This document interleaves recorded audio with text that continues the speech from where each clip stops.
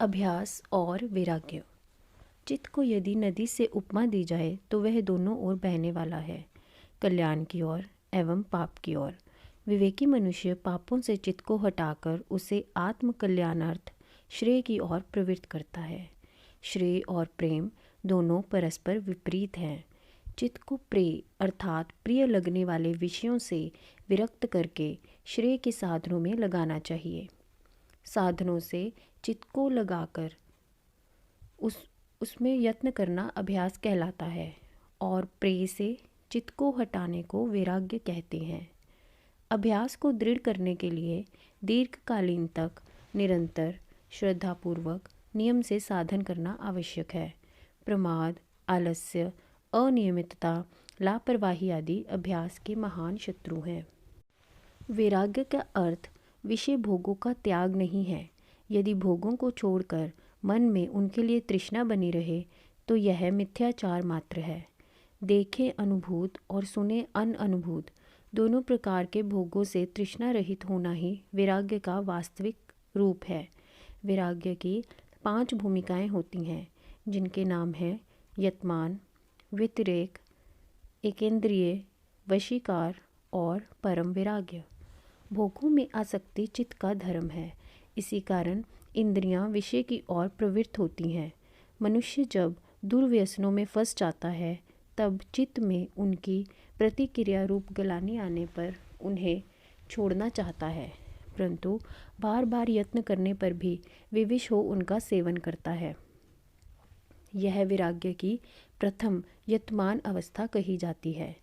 जब कुछ व्यसनों पर जय प्राप्त कर लेता है, कुछ रह जाते हैं और छोड़े हुए व्यसनों को भी कभी कभी पुनरावृत्ति हो जाती है, तब वह व्यतिरेक वैराग्य कहलाता है।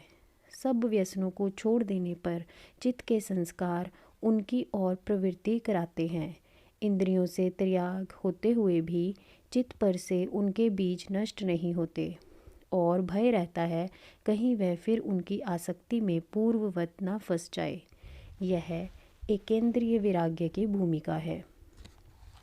चित्त के संस्कार सर्वथा नष्ट हो जाने पर वशीकार वैराग्य का उदय समझना चाहिए।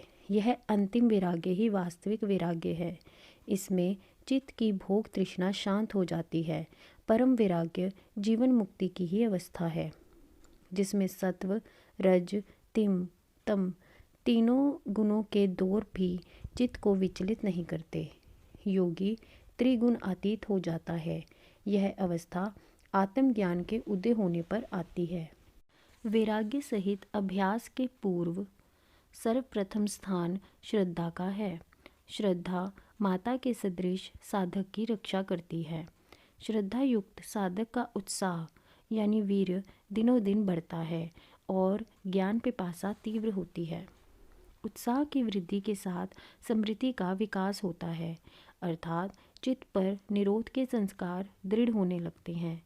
चित्त समाहित रहने लगता है और निर्विचार समाधि द्वारा अध्यात्म प्रसाद रूपी रतंबरा प्रज्ञा जागृत होती है।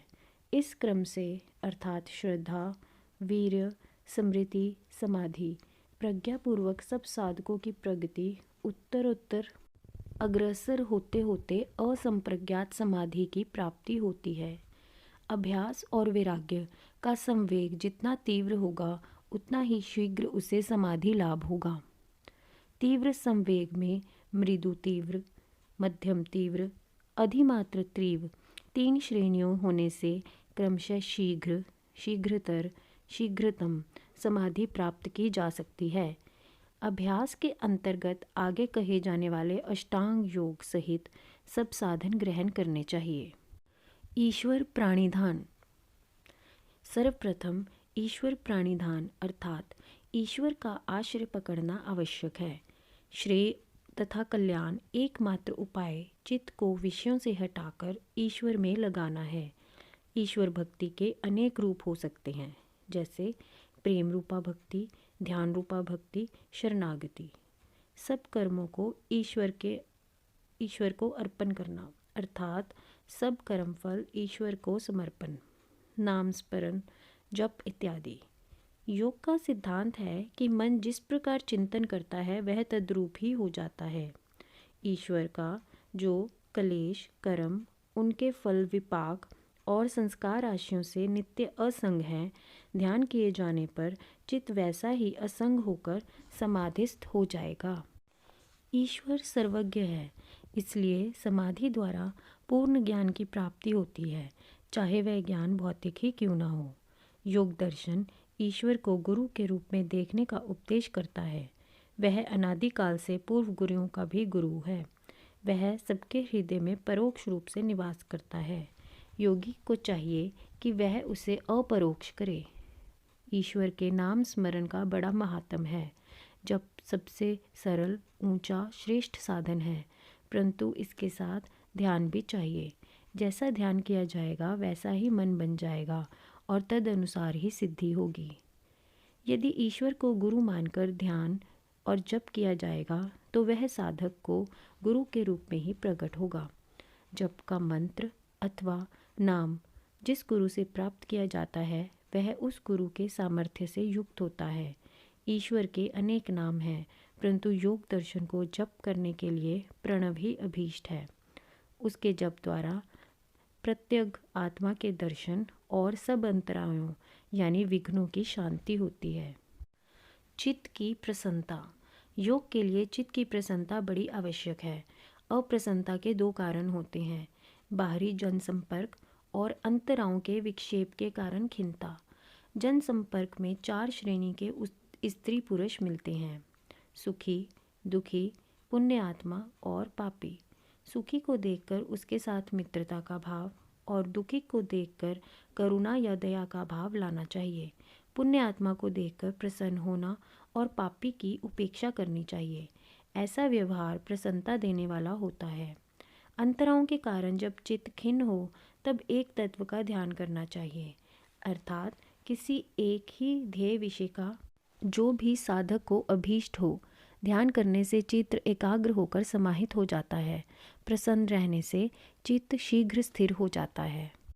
विषयवृत्ति प्रवृत्तियाँ और विशोका ज्योतियाँ। नासिका के अग्र भाग पर चित्त एकाग्र करने पर दिव्य गंध, जीवा के अग्र भाग पर चित्त एकाग्र करने से दिव्य स्वाद, इसी प्रकार तालु से दिव्य रूप, जीवा के मध्य भाग से दिव्य स्पर्श और जीवा के मूल से जो कि कंठ में है दिव्य श्रवण का विशेष ज्ञान होता है। इन्हें विषयवृत्ति प्रवृत्ति कहा जाता है। हृदय कमल पर चित्त एकाग्र करने से जो स्वच्छ प्रकाशमान आकाशवत दिखता है वह बुद्धि सत्व है। उस पर चित्त एकाग्र होने पर अंतर में जो सूर्य, चंद्र, विद्युत, नक्षत्र, अग्नि, दीपशिखा, जुगनू इत्यादि के दर्शन होते हैं उन्हें विशोका संज्ञक ज्योतियाँ कहते हैं। इसी प्रकार अस्मिता पर एकाग्रता द्वारा निस्तरंग शांत अहम की संकल्प विकल्प रहित वृत्ति भी अशोका वृत्ति कहलाती है, क्योंकि वह भी चेतन ज्योति ही है। इस प्रकार अनुभवों के प्राप्त होने पर प्रसन्नता और चित्त निरोध रूपी मन को बांधने वाली वृत्ति का उदय होता है।